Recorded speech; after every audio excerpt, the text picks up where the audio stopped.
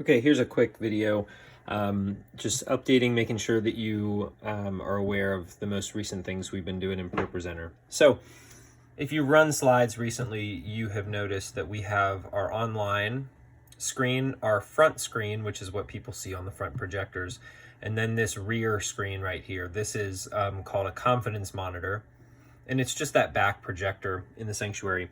What we've done now is we have separated what people see on the front from what they see, from what the band and preachers will see on the rear. So here's how that plays out. At the beginning of a song like this, you see this start slide. And you see it's got a bunch of commands buried in it.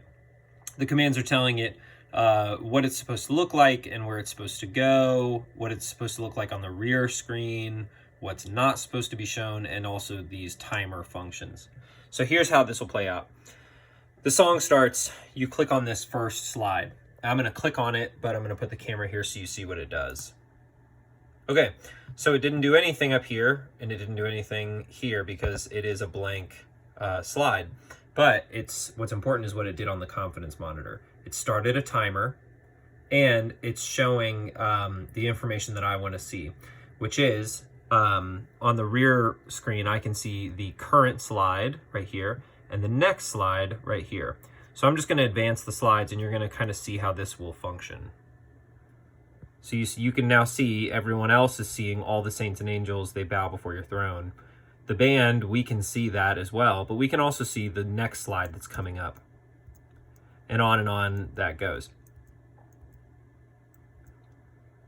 This allows us in the band or pastors or whoever else to customize what information we see while still allowing people to see their own normal stuff. So, all that to say, at the beginning of songs and even liturgies, you want to make sure that you are pressing this first slide. It kind of follows our general rule of if you see a slide with a bunch of commands in it, don't skip that slide. It can be easy sometimes when you get to the end of a song to just pass right over this one and go right to the next slide. You don't want to do that. If you do that, if you skip this blank slide, you're going to skip a bunch of commands that need to happen. So this shouldn't happen often, but let's say that right here, you see this timer. Sometimes multiple timers could start without stopping.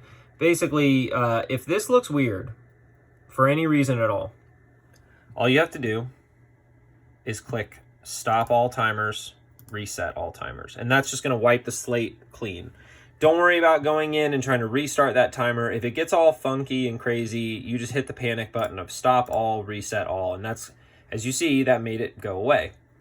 If this timers box isn't right here, that's because I forgot to open it. You can find it up here under timers.